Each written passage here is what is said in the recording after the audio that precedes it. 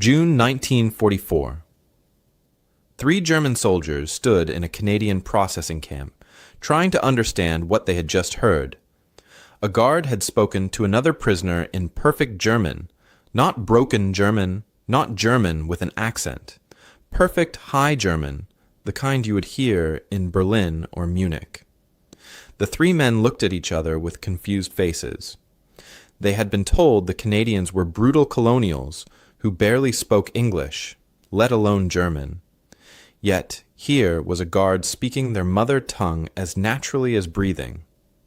What these 3 soldiers could not know was that within weeks they would sit in Canadian farmhouses, speaking German with civilians who looked like their enemies but sounded like neighbors from home. Their entire world was about to turn upside down. The war had reached a terrible point for Germany. Just weeks earlier, Allied forces had stormed the beaches of Normandy on June 6th. Thousands of German soldiers were being captured every day as the front collapsed. The Canadian Army fought hard in northwest Europe, pushing German troops back across France. By mid-June, over 35,000 German prisoners already sat in 26 camps scattered across Canada. Most German soldiers had no idea Canada even had prison camps.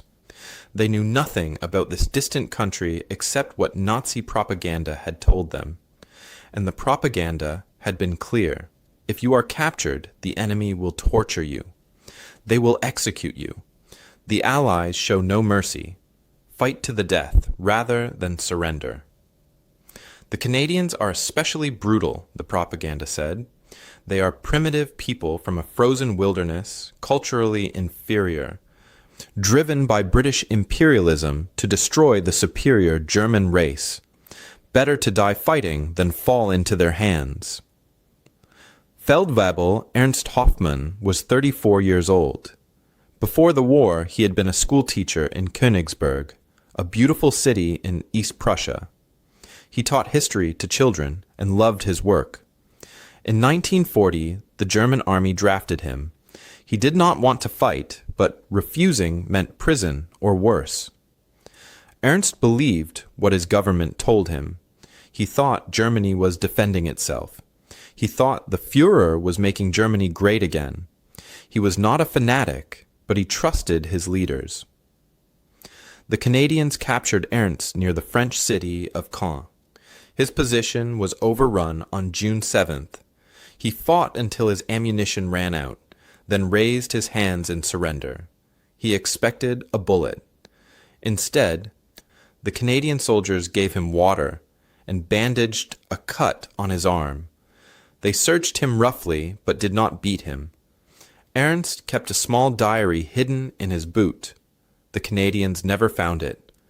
In that diary, he would write things that would change his life. Gefreiter Klaus Weber was only 22. He came from Stuttgart, where he had worked in a factory before the war. Klaus grew up on a small farm, the son of a practical man who taught him to fix things and work hard. Klaus joined the German army because his family pressured him. His father said it was his duty. His older brother had already died on the Eastern Front. Klaus did not care much about Nazi ideas. He just wanted to survive and go home to his mother and younger sister. Klaus was captured during the same Normandy fighting. A piece of shrapnel from a shell tore through his left leg. He lay in a ditch for 6 hours before Canadian medics found him. They carried him to an aid station, gave him morphine for the pain, and cleaned his wound. Klaus had expected to bleed to death in that ditch. Instead, an enemy doctor saved his leg. He carried a photo of his mother and sister in his pocket. He looked at it every night and wondered if he would ever see them again. Obergefreiter Friedrich Neumann was 28 and different from the others. Before the war, he had worked on merchant ships, sailing to ports around the world.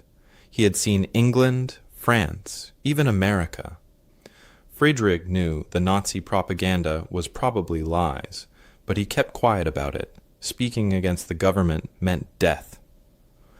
His unit surrendered on June 8th after being surrounded for 3 days without food or supplies. Friedrich spoke some English from his sailing days. He listened carefully to what the Canadian soldiers said. They did not sound like monsters. They sounded tired and ready to go home, just like he was. All 3 men were processed in British facilities in Normandy, then shipped to southern England. There, they joined about 150 other German prisoners waiting for transport. Medical officers examined them. Klaus's leg, wound, received proper treatment, stitches, and clean bandages. The prisoners were given clean clothes and treated for lice. The treatment was thorough but not cruel. This confused the men. Where was the torture they had been warned about? They were put on a ship. The ship would cross the Atlantic Ocean to Canada. None of them had ever been across the ocean. None of them knew what waited on the other side. Ernst wrote in his diary, "We face the unknown. Will we freeze in Arctic camps? Will we survive? I do not know." Klaus worried his wounded leg would make him useless for work. What happened to useless prisoners? Friedrich caught bits of English conversation.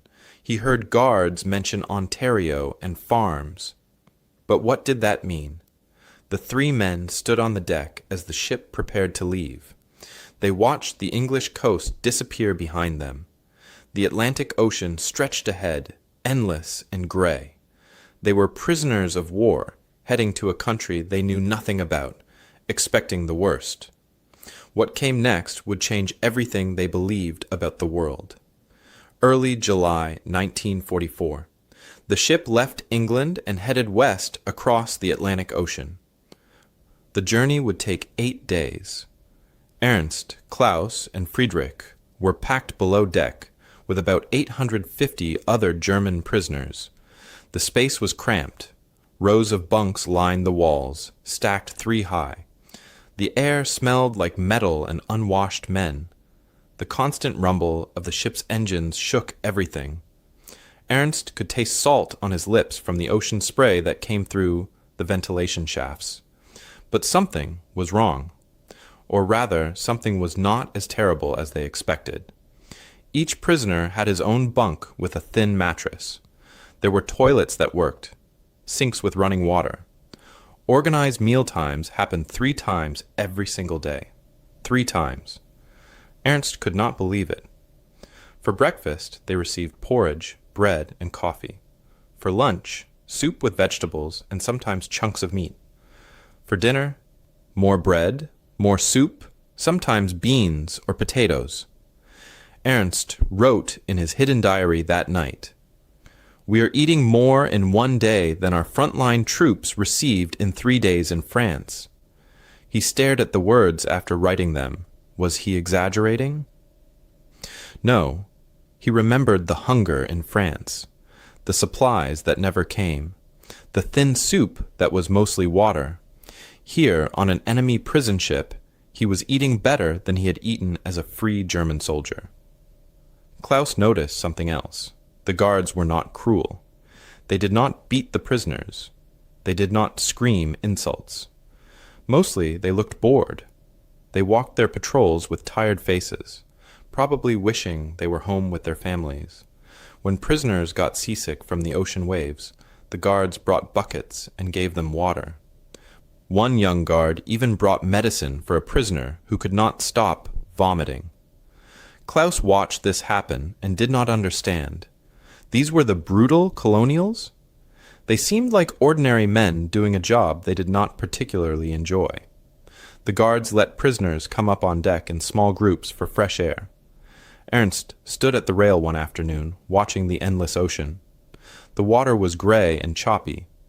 Seabirds followed the ship, crying their lonely calls. A Canadian guard stood nearby, smoking a cigarette. The guard looked at Ernst and shrugged. "Long way from home, eh?" he said in English. Ernst did not understand the words, but he understood the tone. It was not hateful. It was almost sympathetic. Friedrich used his broken English to talk with some of the guards. One guard told him, "We're taking you to work camps. Farms need workers because our men are overseas fighting. The guard said it like he was describing the weather. Matter of fact. No anger, no threats. He even added, "You'll be all right, boys." Better than the Eastern Front, I'd say. Then he walked away. Friedrich stood there, trying to make sense of it. The guard had almost sounded kind. At night, the prisoners whispered to each other in the darkness. Some said this good treatment was a trick. "They're fattening us up before the real work begins," said a former SS officer. "This is psychological warfare. They want us soft before they break us." Many prisoners nodded. It made sense. Enemies did not feed you well unless they wanted something. But Klaus lay in his bunk, his wounded leg throbbing slightly, and wondered, if they treat prisoners this well, how do they treat their own people?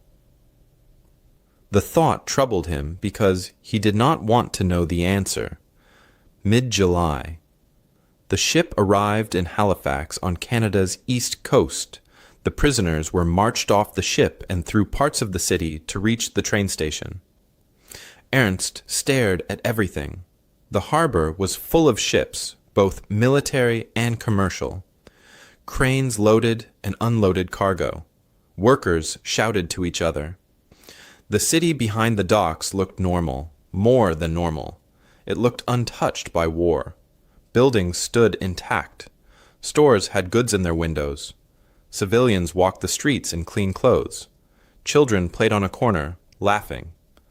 Ernst saw a man climb into an automobile and drive away, a civilian with his own car. In Germany, only the wealthy had cars before the war. Now, almost no one had fuel to run them. The prisoners were loaded onto trains, not cattle cars. Passenger trains with windows and padded seats. The journey west took several days, rolling through Quebec and into Ontario. Ernst pressed his face to the window. Endless forests stretched in every direction. Farmland appeared, neat and organized.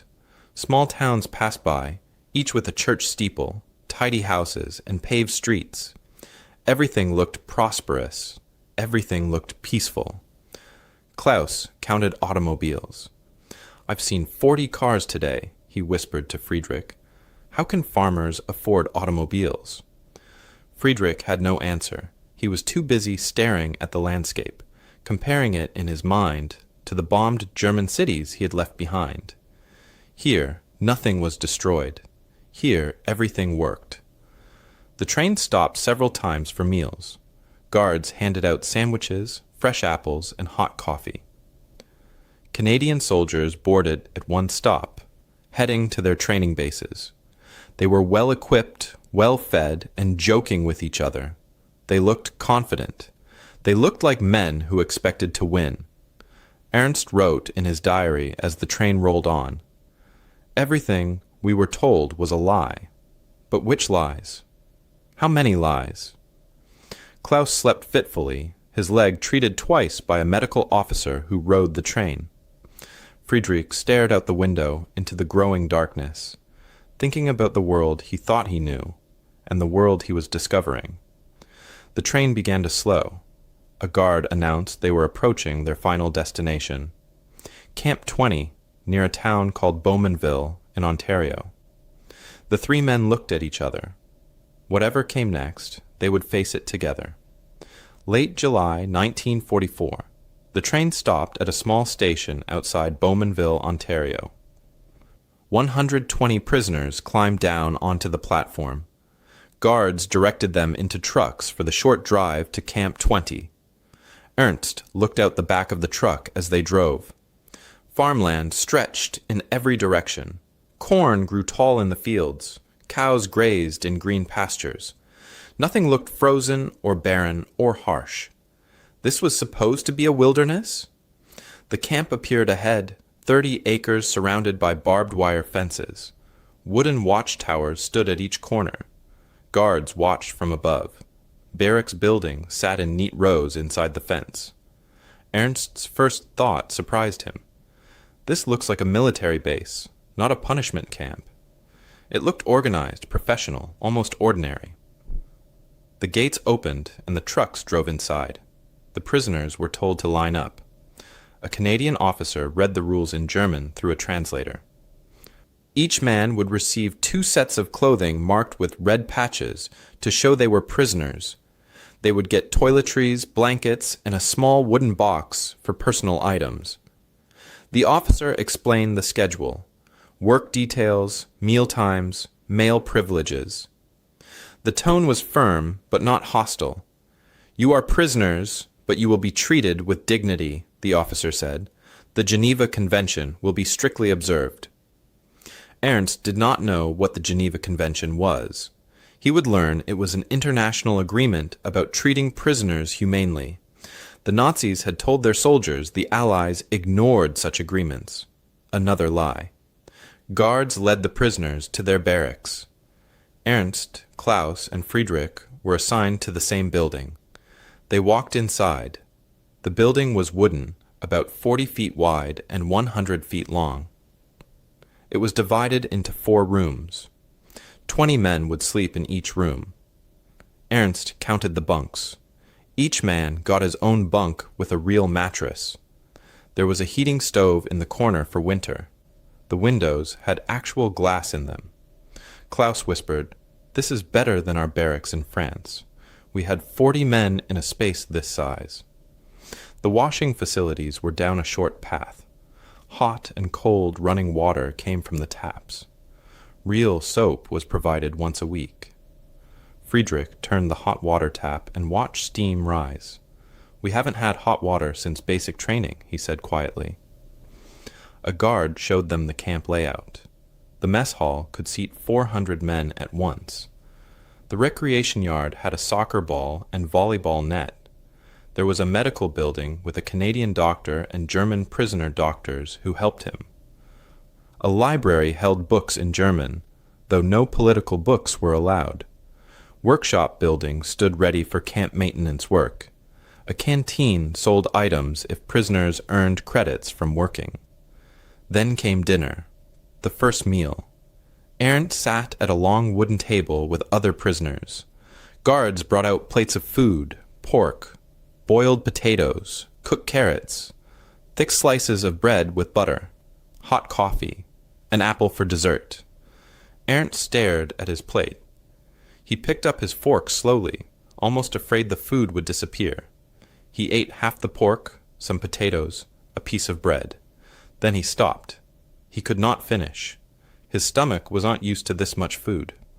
He wrote in his diary that night, "I could not finish my plate. It was more than I had eaten at one sitting in 2 years." Around him, other prisoners ate slowly, carefully, as if the food might vanish if they ate too fast. The daily ration was 3,000 calories, the same amount Canadian soldiers received.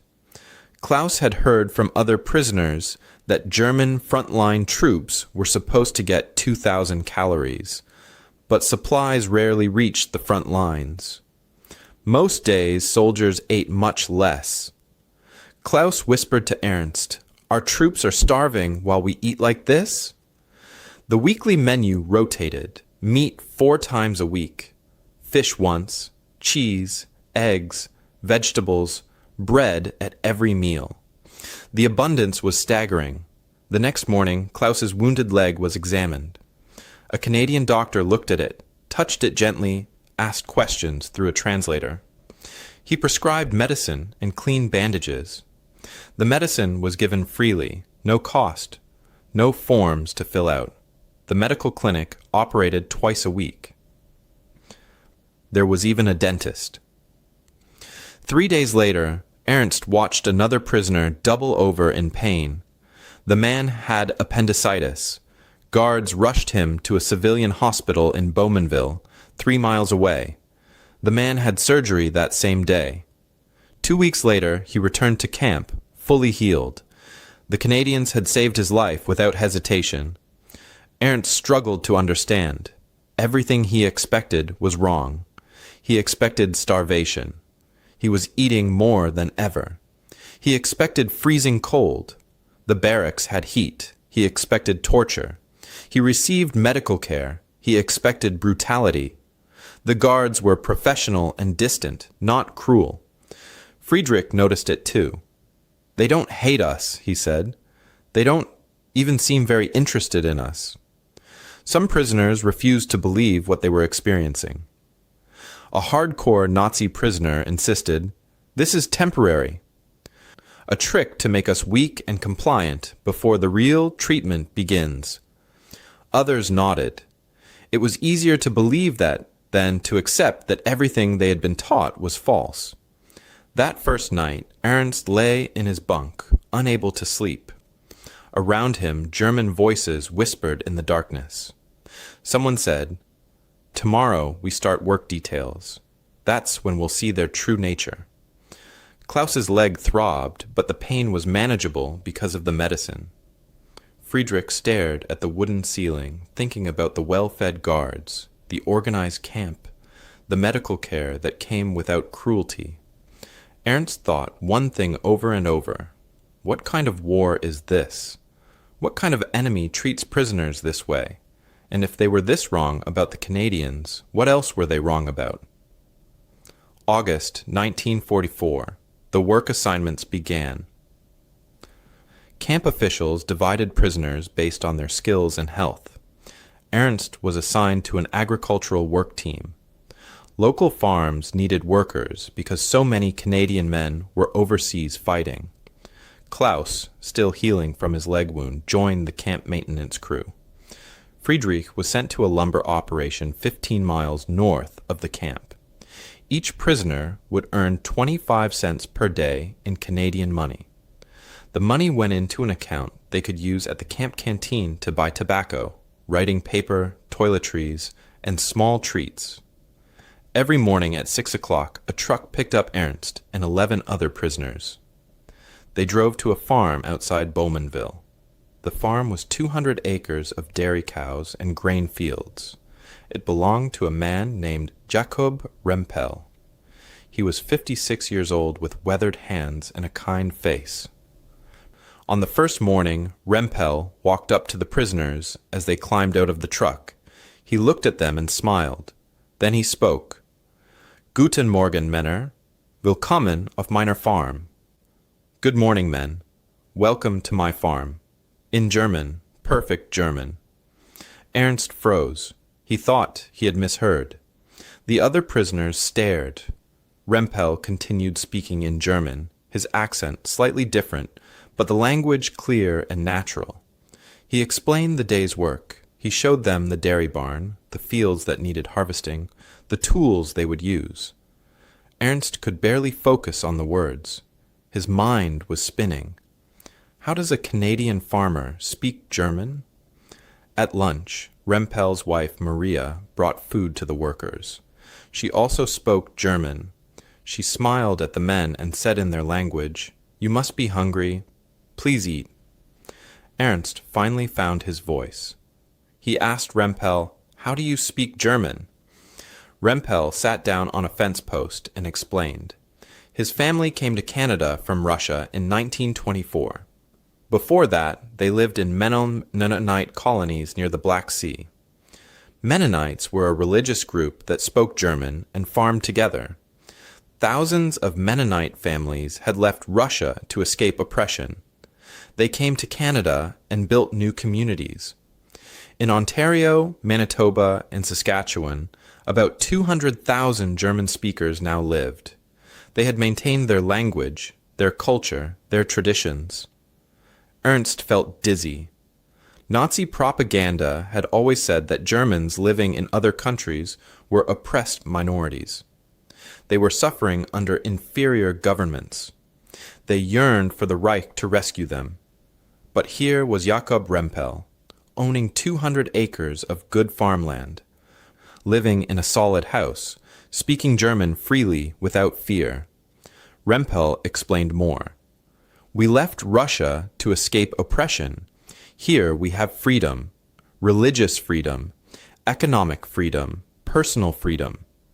No one tells us how to worship or what to think," Ernst wrote in his diary that night. How can ethnic Germans prosper under enemy rule if we are the master race? Nothing makes sense anymore. Klaus worked inside the camp with the maintenance crew. He repaired buildings alongside Canadian workers. The Canadian foreman treated the prisoners like regular workers. He showed them proper techniques for fixing roofs and repairing fences. He gave them quality tools and materials without hesitation. Klaus noticed that supply trucks arrived every week. The trucks were always full.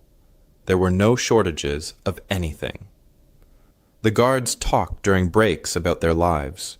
They had families with cars and radios. Their children went to good schools. Their wives shopped at stores full of goods. Klaus wrote to his sister, "These people live better than we did before the war, and this is during wartime. How is that possible?" Friedrich's lumber camp was deep in the Ontario wilderness. He worked cutting timber for the war effort. The crew was mixed, German prisoners and Canadian workers side by side. Everyone received the same safety equipment. Everyone took the same breaks. A Canadian worker named George Muller shared his coffee and cigarettes with the prisoners. One day, George heard Friedrich speaking German to another prisoner. George responded in German. His grandfather had come from Bavaria in 1903. The family still spoke some German at home, though George's children mostly spoke English. Friedrich asked George about his grandfather. George explained that the old man had built a life in Canada. He cleared land, started a farm, sent his sons to Canadian schools. During the First World War, some of those sons fought for Canada against Germany. They chose loyalty to their adopted home over the land of their birth. Friedrich could not stop thinking about this. Germans fighting Germans because they believed in Canada more than Germany. What did that mean? The prisoners were allowed to write letters home. The letters were censored, so they had to be careful. Ernst wrote cautiously, "We are treated according to international law. The work is fair." Klaus was more direct. "I have never eaten so well. The medical care saved my leg." Friedrich wrote philosophical thoughts. "I am learning that the world is more complicated than we were taught." The return letters from Germany told a different story. They were heavily censored and sparse. Some prisoners received no mail at all because their families had been displaced by Allied bombing. Ernst's wife wrote short, careful sentences. She hinted that things were difficult. Food was scarce. Air raids happened often. Ernst felt terrible guilt. His family faced danger while he sat safe and well-fed in Canada. In the barracks at night, prisoners argued. Some still believed completely in Hitler. "This good treatment is proof of democratic weakness," they said. "Soft nations cannot win wars." Others were starting to question. Maybe we were misinformed about enemy strength and character, they suggested quietly. Men like Friedrich said openly, everything we were told was lies. The camp was splitting into groups, true believers, questioners, and men like Klaus who just wanted to survive. Ernst noticed everything at Rempel's farm. The farmer owned modern equipment. His children attended school instead of working in fields. His wife voted, drove, and owned property. Different churches served the community freely. Rempel complained about the government without fear. In Germany, such talk meant arrest. Klaus saw guards working regular shifts with good pay and pensions. They had rights his commanders never mentioned. Friedrich watched Canadian workers using equipment without fuel rationing. They belonged to unions. When they complained, people listened. Each man was reaching the same conclusion separately. German propaganda had been systematically, completely false. Canada was not a primitive wilderness. It was industrialized and prosperous. Canadians were not culturally inferior. They had a working democracy and material abundance. The enemies were not monsters. Many of them shared German blood, language, and culture. Most troubling of all, the Germans, who had left Germany decades ago, were thriving under systems the Nazis called weak and degenerate. September 1944. Ernst returned from Rempel's farm one evening. Jakob had given him something. A German-language newspaper printed in Canada. Ernst hid it in his bunk and read it by flashlight after the lights went out. The newspaper reported Allied advances across Europe. It described victories that German propaganda called temporary setbacks. Ernst stared at the pages. Maps showed how much territory Germany had lost. Reports told of cities liberated, armies in retreat. The newspaper did not lie or exaggerate. It simply told the truth. Ernst lay back and stared at the ceiling. Every belief he had ever held was crumbling. If they lied about Canada, what about everything else? What about the reasons for the war? What about the Jews? What about the future? The questions terrified him because he already knew the answers. He just did not want to face them yet. September 1944. Jakob Rempel invited Ernst and his work crew to something special, a harvest celebration. It was a traditional German Mennonite festival called Erntedankfest, a thanksgiving for the harvest. Rempel wanted the 12 prisoners to attend. Ernst had to ask permission from the camp commandant. The commandant looked at the request and nodded. The Rempels are good people. You may go. Behave yourselves. Ernst could barely believe it. Prisoners being invited to a civilian celebration. Nothing made sense anymore. September 24th arrived. The day was clear and beautiful. Autumn had painted the Ontario countryside in brilliant colors. Orange, red, and gold leaves covered the trees. A Canadian guard escorted the 12 prisoners to the farm, but stayed in the background. Ernst sat in the truck, his heart beating fast. He was nervous, excited, confused. One prisoner, a hardcore Nazi, refused to come. "I will not fraternize with traitors to the Reich," he said. The rest climbed into the truck. When they arrived at Rempel's farm, Ernst could not believe what he saw. Tables stretched across the yard, covered with white cloths. Food covered every surface. About 60 people gathered, talking and laughing. Multiple German-Canadian families had come. The Rempels, the Schmidts, the Bergtals, the Klassens. Old people who remembered Germany. Middle-aged parents. Young children born in Canada who had never seen the old country. Everyone spoke German, but they spoke it naturally, comfortably, not hidden or whispered, just normal conversation, mixing German and English without thinking about it. Ernst walked toward the tables like a man in a dream. The smells hit him first: fresh baked bread, still warm from the oven; roasted pork, the fat crackling and brown; apple pies cooling on a side table; Spätzle, the German egg noodles his mother used to make; sauerkraut, the smell of home; the sound of German hymns being sung before the meal; children playing, shouting in both German and English; traditional German tablecloths on the tables, but Canadian maple leaf decorations hanging from the trees. Everything mixed together, German and Canadian, old world and new world, one community, two identities. An old man approached Ernst. He moved slowly, his back bent with age, but his eyes were bright and sharp. This was Heinrich Rempel, Jakob's father. He was 79 years old. He shook Ernst's hand with a grip still surprisingly strong. "Welcome, young man," he said in the German of Ernst's home region. "Sit, eat. You are safe here." The meal began. Roast pork and chicken. Potatoes cooked 5 different ways. Fresh vegetables from the garden. 3 kinds of bread, all homemade. For dessert, apple strudel, plum cake, and butter tarts, which Heinrich explained was a Canadian tradition his family had adopted. Ernst estimated There was enough food to feed his entire unit in France for a week. The prisoners ate slowly. Some of them cried quietly as they ate. Klaus whispered, "My mother could not prepare a meal like this in 5 years, not with all the rationing and shortages." After the meal, Heinrich Rempel stood to speak.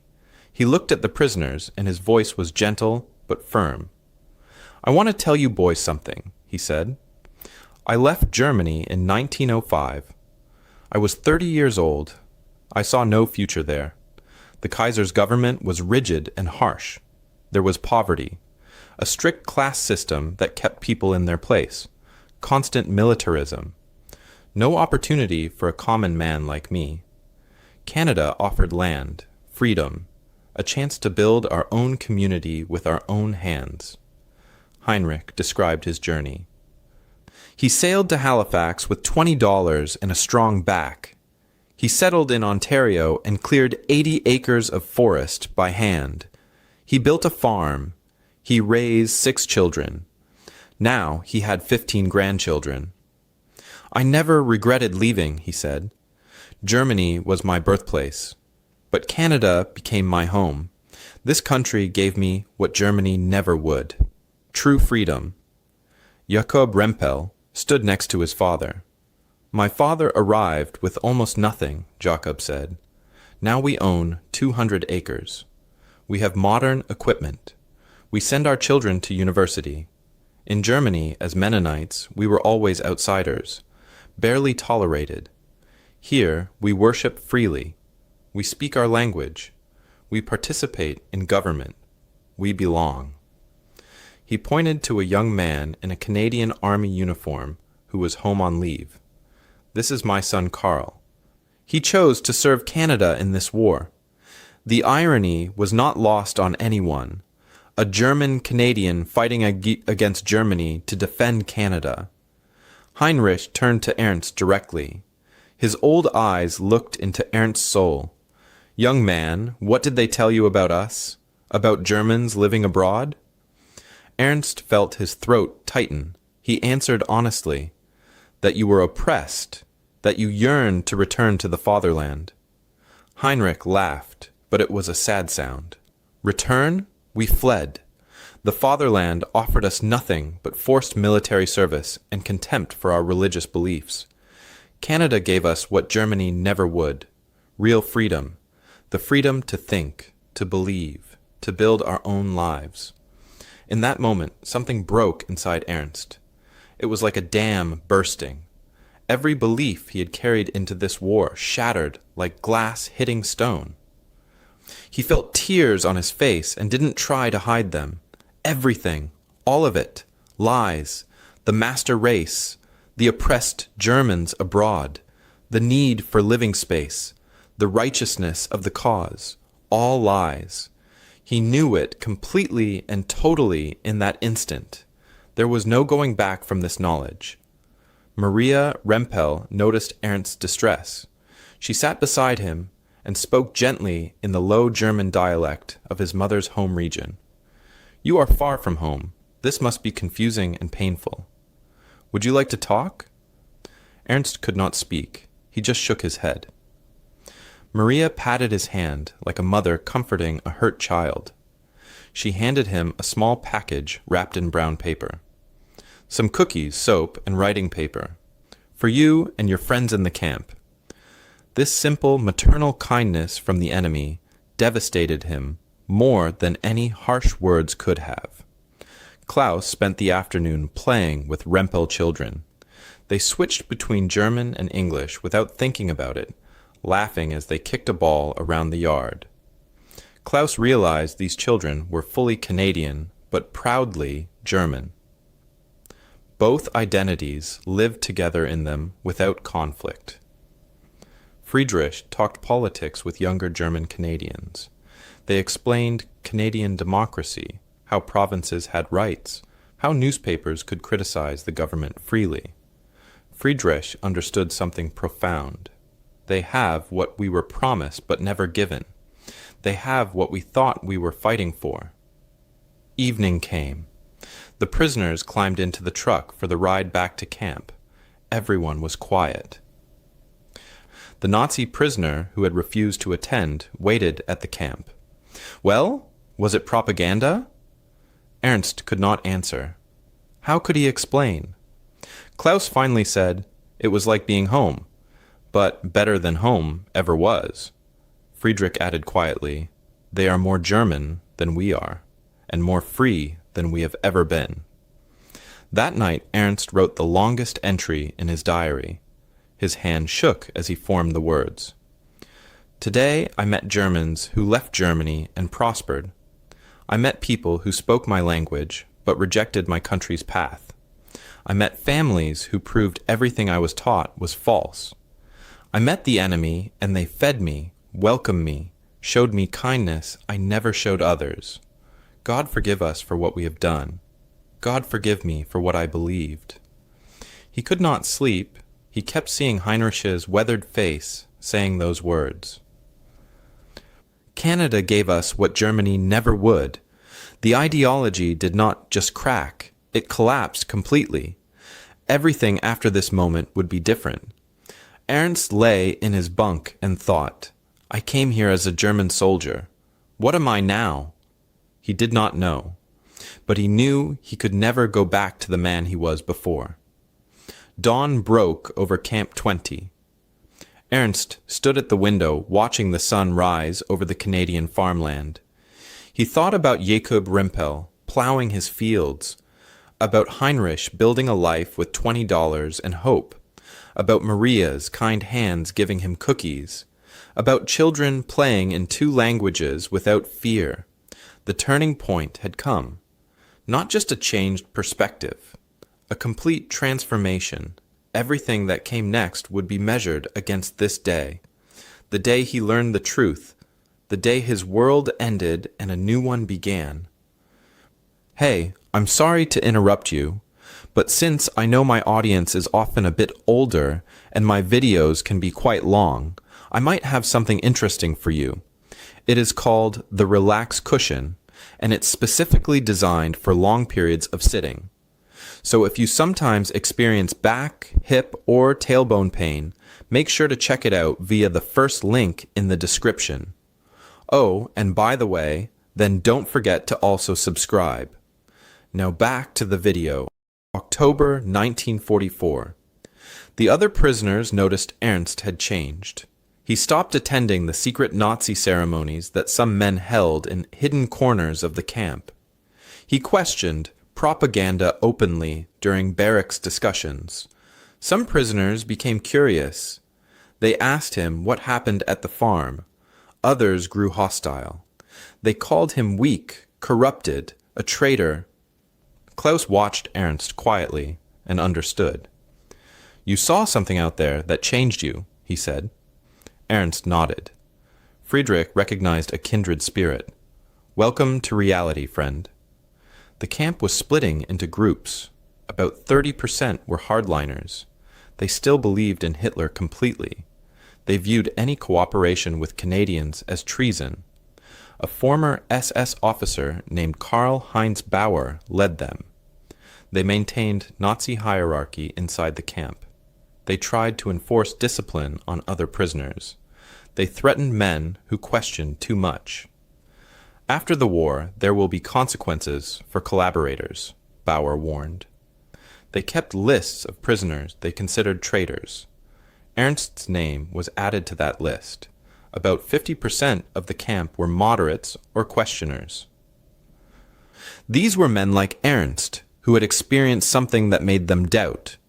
They worked on Canadian farms. They interacted with German Canadians.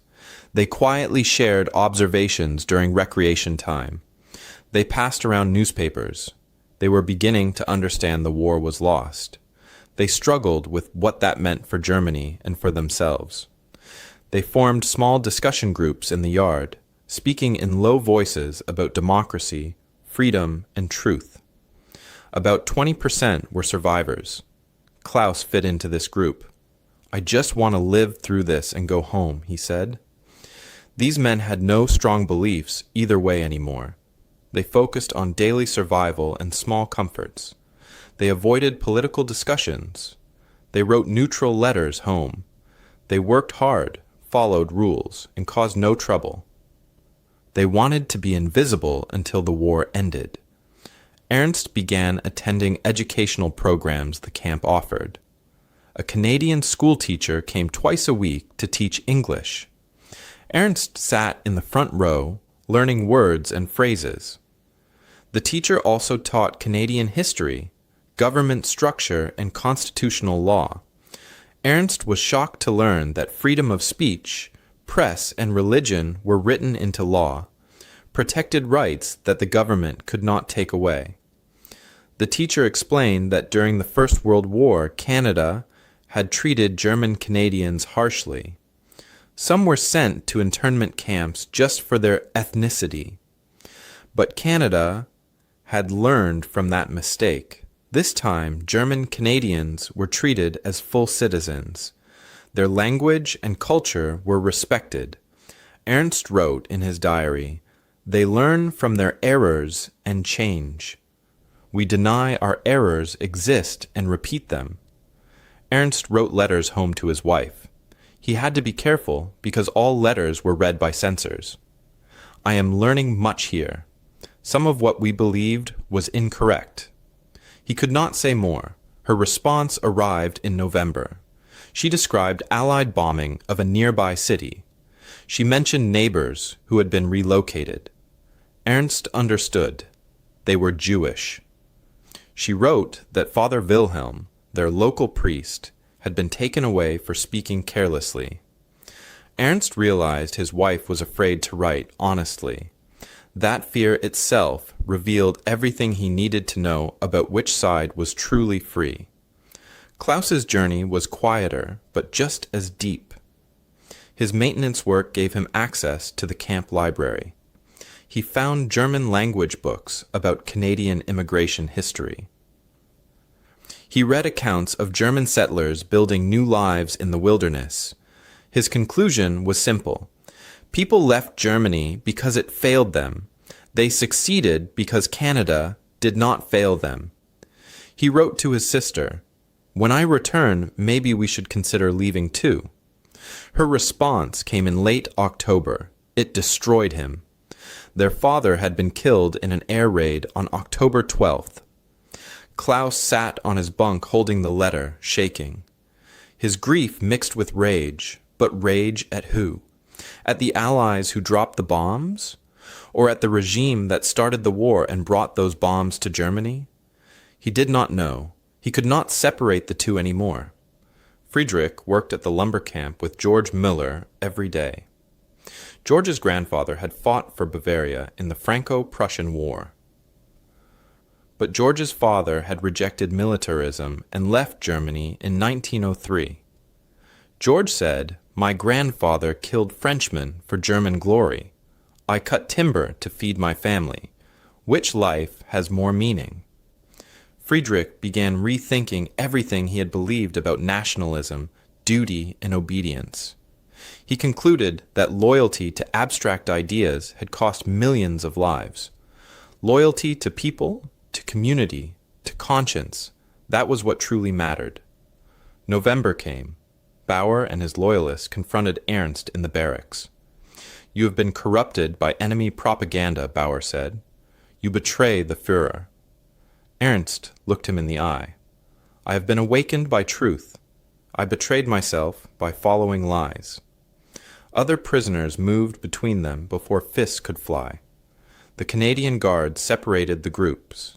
Ernst was moved to different barracks for his safety. His new quarters housed mostly questioners and moderates. It was safer but lonely.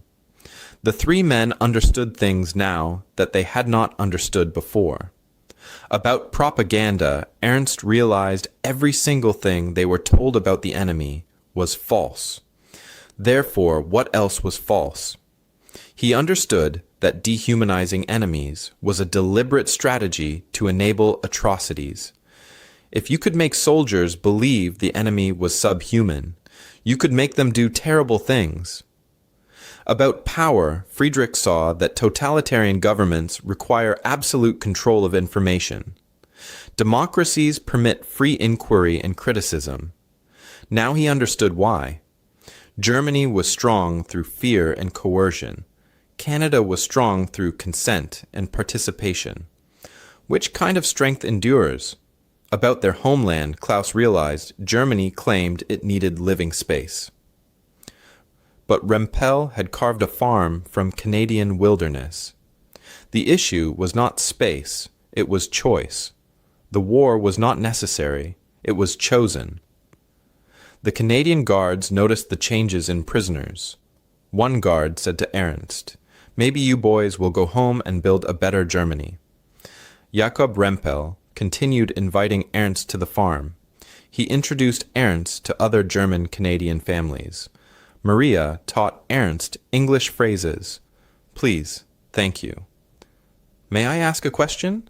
The kindness continued without judgment of Ernst's past, but understanding brought crushing guilt.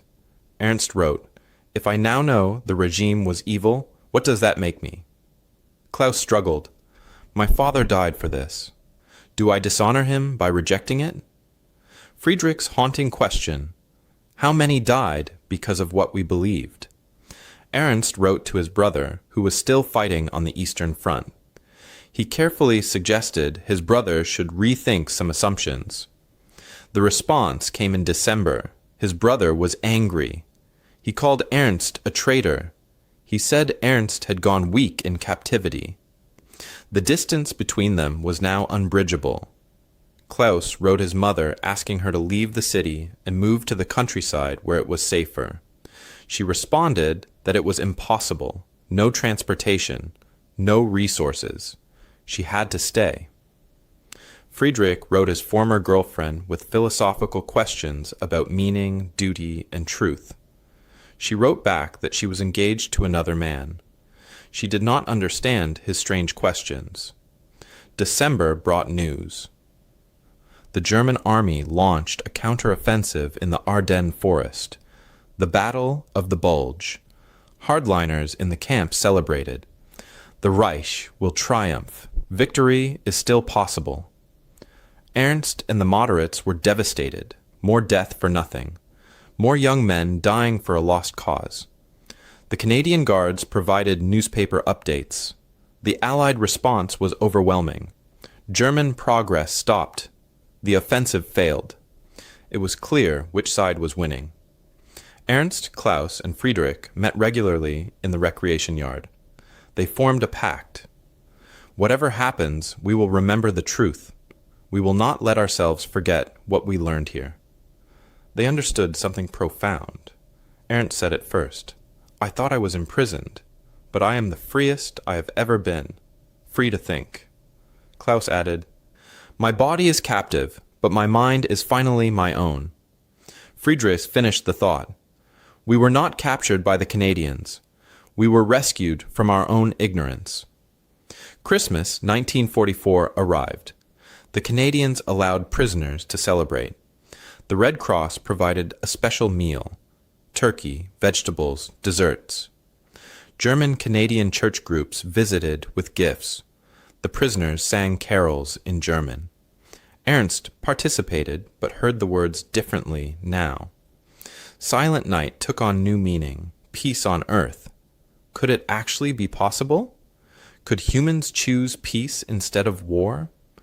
Ernst sat in the barracks on a cold December night, reading a letter from his wife that arrived late in the month. She was desperate. Food was scarce. Bombing was relentless. Rumors said the Soviets were advancing from the east. She begged him to come home quickly when the war ended. They needed him.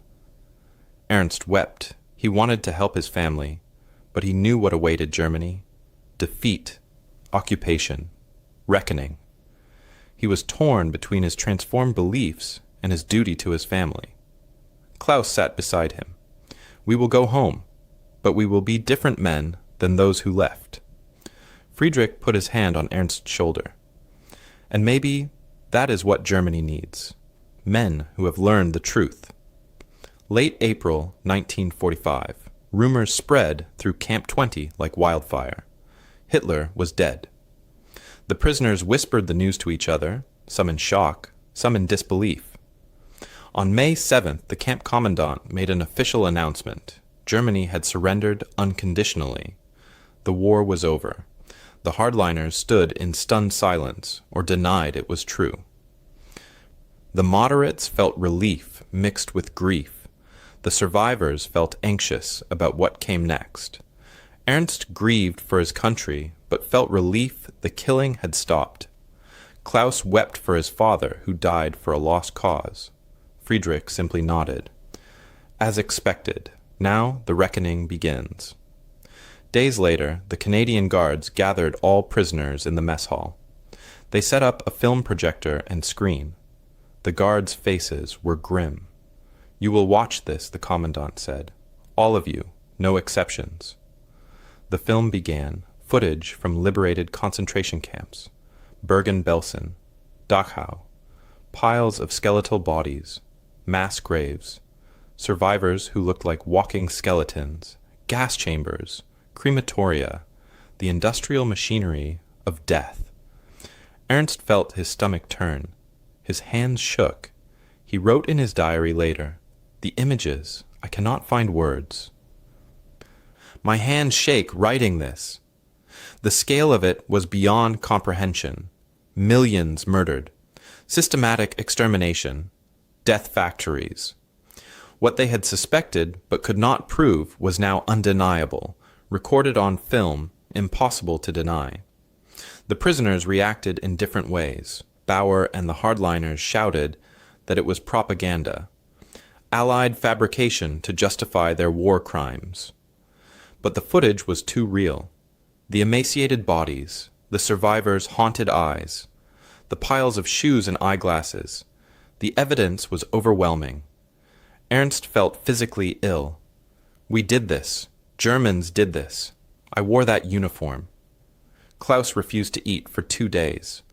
"How can I eat when they were deliberately starved to death?" Friedrich sat in silence for a week. He had no words. The guilt crushed them. Ernst realized he had known Jews were persecuted. But this was beyond persecution. This was hell created by human hands. He had never personally harmed anyone, but he had worn the uniform and fought the wars that allowed this evil to continue. Every battle he won had helped sustain the system that built death camps. Klaus thought about his father. "He died for this? This is what we defended?" Friedrich tried to understand how civilization had produced such deliberate evil and failed to find an answer. They processed their guilt differently. Ernst attended discussions led by the Canadian chaplain. The chaplain said, "You cannot change the past, but you can choose what kind of man to become from this day forward." Klaus worked obsessively, exhausting himself with physical labor to avoid thinking. Friedrich wrote page after page, trying to understand. Some prisoners broke completely. There were suicide attempts. Others dug in deeper. The footage proves the Allies fear us. They need propaganda to justify what they did to our cities. Summer came. The Canadian government began processing prisoners for return home. They would send them back gradually. Critically ill prisoners first, then older men, then those with displaced families. Ernst, Klaus, and Friedrich would likely return in late 1945 or early 1946. They were glad for the delay. What awaited them in Germany? Ruins, chaos, justice, revenge? Jakob Rempel visited Ernst one last time. "You can stay. Apply for immigration. Build a life here." Ernst was deeply tempted, but he shook his head. "My wife and children need me. I must go back." Fall 1945. Work continued. Ernst helped Rempel bring in the final harvest. Jakob shared newspapers showing the Nuremberg trials beginning, occupation zones being established. Photos of German cities appeared. Berlin was rubble. Hamburg was destroyed. Dresden was gone. Ernst saw a photo of his hometown, 80% destroyed. Klaus found a picture of Stuttgart. His childhood neighborhood had been erased from the earth. Friedrich learned the Hamburg harbor was bombed to nothing. His home was gone, late November. Ernst's final day at Rempel's farm arrived. Maria prepared a package, food for the journey, warm clothes, a letter of reference. Jakob shook his hand. Remember, Ernst, you are always welcome back. Canada needs good men like you. Old Heinrich blessed him with a shaky hand. Go home. Help rebuild. But build better this time. Ernst embraced them with tears in his eyes. You saved more than my life. You saved my soul. December. Ernst, Klaus, and Friedrich were scheduled for January transport. The camp held a gathering for men going home. The commandant addressed them. You came as enemies. You leave as educated men. Use what you learned here wisely. Canadian guards shook hands. Good luck, boys. Make something good from this mess. The Red Cross provided travel packages, warm clothing, and a small amount of German currency. January 1946. The train to Halifax reversed their arrival journey from 18 months before. Canada was familiar now, not alien. Towns and farms passed by the windows. Ernst recognized roads. Klaus said, I arrived expecting death. I leave alive and changed. Friedrich added, I came as a soldier. I depart as a student who learned terrible lessons. The ship crossed the Atlantic with fewer prisoners and heavier hearts. February. The ship docked in Bremen. The city was barely recognizable. Rubble stretched in every direction. The smell of ash hung in the air. Desperate faces stared at them. Ruins everywhere. Everything Canada was not. Broken, starving, defeated, traumatized. Ernst felt shock. The photographs did not show the true scale of destruction. Klaus stared. Is anything left standing? British occupation authorities processed them. Interrogations about war crimes. Ernst was cleared. Low-rank soldier, captured early, no SS connection. They gave him identity papers, a travel permit, and a ration card. He was released into chaos. He traveled to Bavaria, where his wife had fled. The train journey showed ruins in every city. Infrastructure barely functioned. Hunger was visible on every face. People were thin and desperate. Black markets thrived. Cigarettes were currency. Ernst had a Canadian chocolate bar in his pocket. It was worth a fortune. He gave it to a starving child. Late February. Ernst found his wife and children living with her sister in rural Bavaria. His wife had aged. She was thin, exhausted, traumatized by years of bombing. His children did not recognize him. He had been gone too long. He had changed too much. His younger daughter was afraid. His son, now 9, had tried to be the man of the house. He resented his father's return. The reunion was bittersweet. Together again, but strangers. Ernst carried Maria's cookie recipe, Jakob's farming advice, and Heinrich's blessing.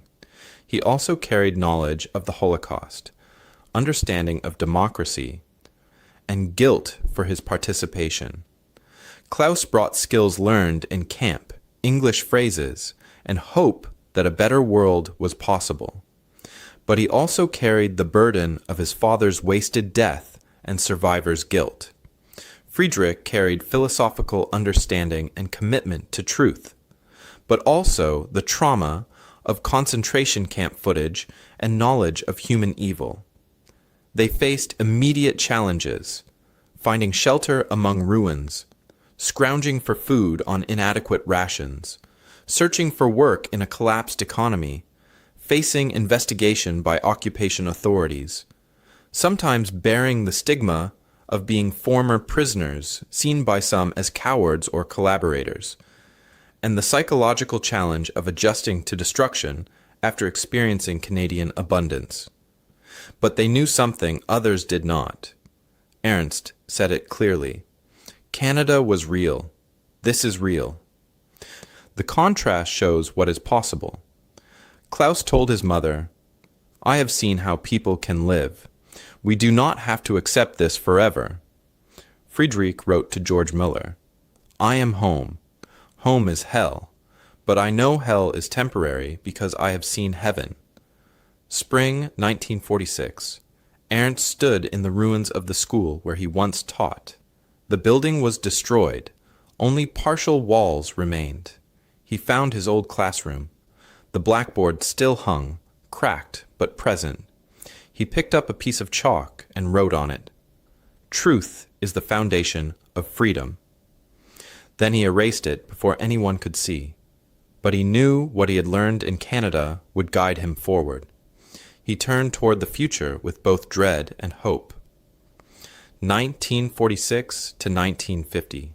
The early years after the war were hard. Ernst rebuilt his life in Bavaria. In 1947, he got his teaching job back. But he taught differently now. He emphasized critical thinking, asking questions, and examining primary sources. He secretly used the education methods he learned in Canadian camp classes.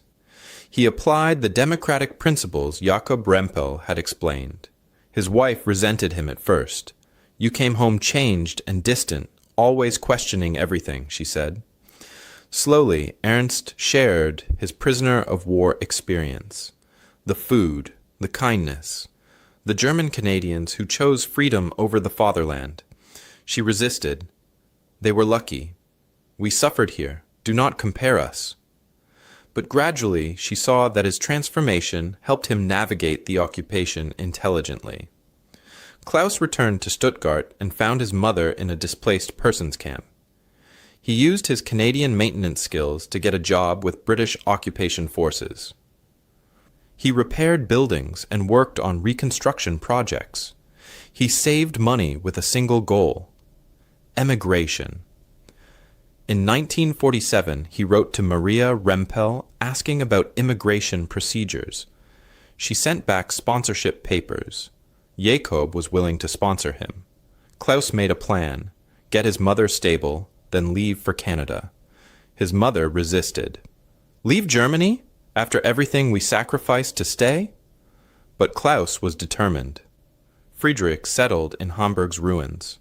He worked as a laborer during the day. At night, he studied philosophy, politics, and economics. He corresponded with George Müller regularly. Packages of books arrived from Canada. When the university reopened in 1947, Friedrich enrolled as a mature student at age 31. He studied political science, focusing on democracy and constitutional law. His thesis topic was comparing democratic and authoritarian systems. His professor noted, "Your understanding seems experiential, not just theoretical." Friedrich simply replied, "It is." The 1950s brought reconstruction and diverging paths. In 1952, Ernst became a school principal. He implemented a progressive education model. Students learned debate, critical analysis, and comparative government. Some parents complained. Too much questioning, not enough patriotism. Ernst was firm. Blind patriotism brought us Hitler. Informed citizenship prevents it from happening again. He maintained correspondence with the Rempels. Annual letters crossed the Atlantic. In 1955, Jakob visited Germany on a business trip. They reunited. Jakob was shocked that so much destruction remained visible a decade later. Ernst said, "We are rebuilding slowly, but this time on a better foundation." Jakob gave Ernst a Canadian flag. "Remember what is possible," he said. Klaus emigrated to Canada in 1951, sponsored by the Rempels. His mother refused to join. "I am too old for new countries." Klaus settled near Bowmanville and worked construction. He learned farming from Jakob. In 1956, he bought 50 acres of his own land. He married a German-Canadian woman named Anna Neufeld in 1954. They had 3 children, raised bilingual, taught both heritages. Klaus never forgot his mother. He sent packages regularly. In 1959, he returned to Germany and convinced her to visit Canada for 3 months. She finally admitted, "You were right. This is a better life." Friedrich earned his doctorate in political science in 1953.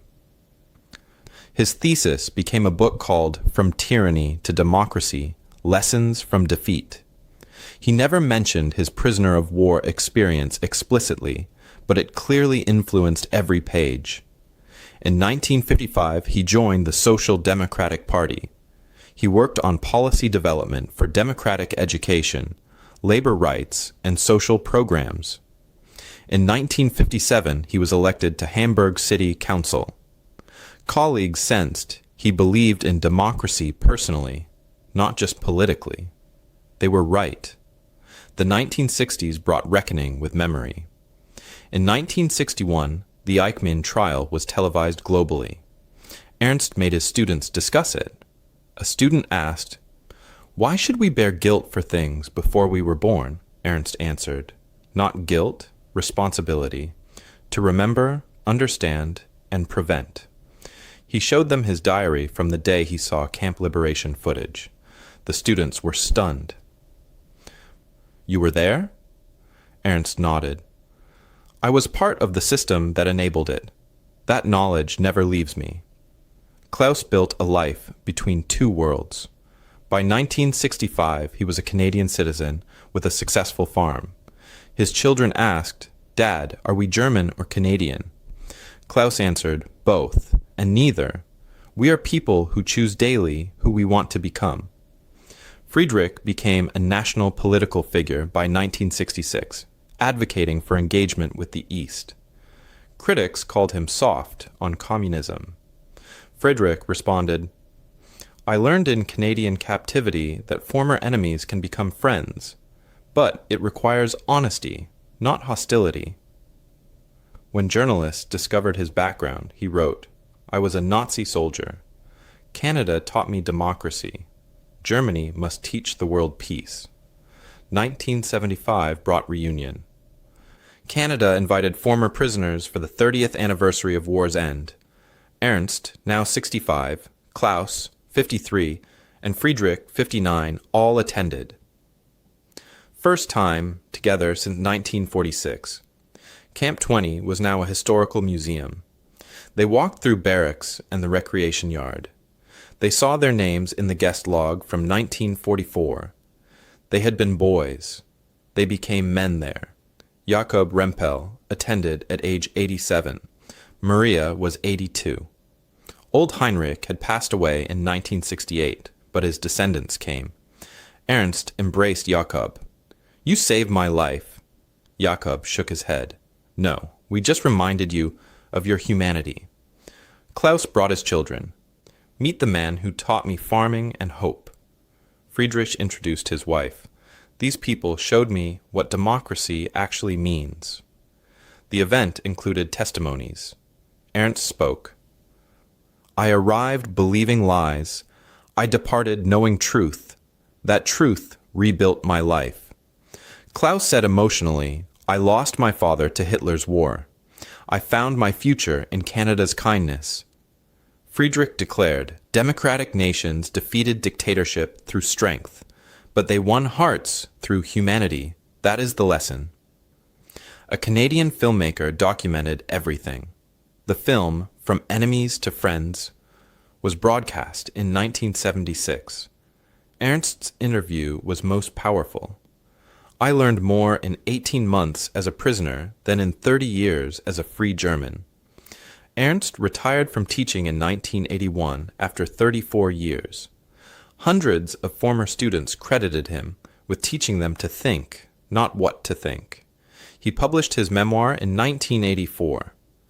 From Königsberg to Canada, A Soldier's Education became a bestseller.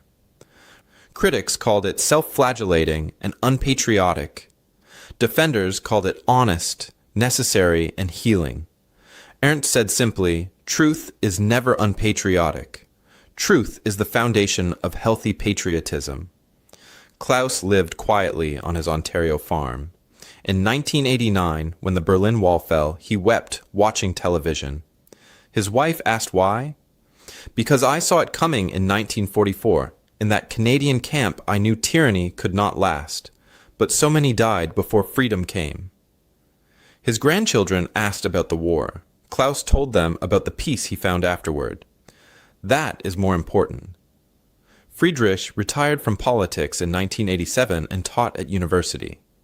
His course was called Democracy Under Stress. He always included a lecture about a prisoner of war who learned freedom. Only in the final class did he reveal it was him. Students were shocked. "That was you?" Friedrich nodded. "Yes, and it is why I believe in the system we built here. Because I have seen the alternative." Ernst passed away in 2003 at age 93.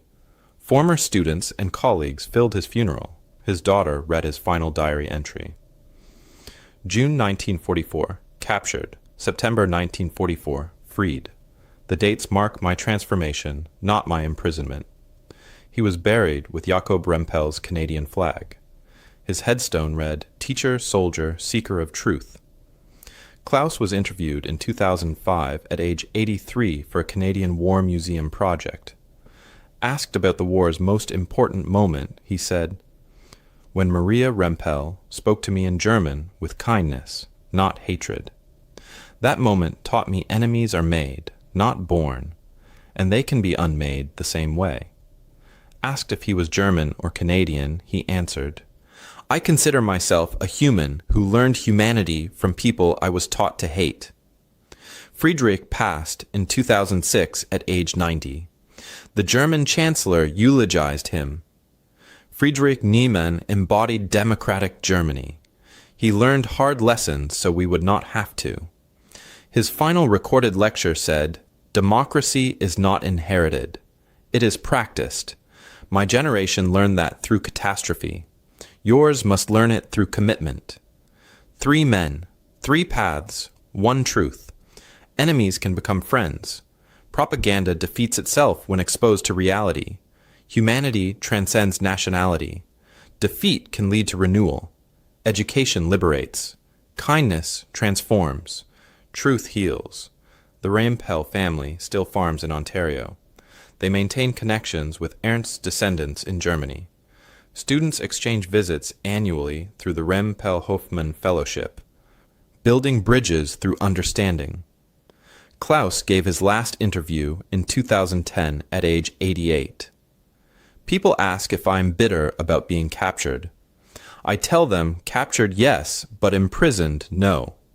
The Canadiens captured my body, but freed my mind. Hitler imprisoned my mind, but never my spirit. Which is the greater prison? I learned the answer in a Canadian camp where German farmers welcomed me home to a country I had never seen. That is where I learned home is where you are free to become who you truly are. I found that in captivity. How is that for irony? Between 1940 and 1945, Canada held over 37,000 Axis prisoners, mostly German. Many worked on farms where they met German-speaking communities. After the war, 6,000 German prisoners applied to immigrate to Canada. Today, their descendants number in the tens of thousands. The camps are gone, but the lessons remain. In the darkest wars, humanity can break through. Former enemies can become neighbors. And sometimes being captured is the first step to being free.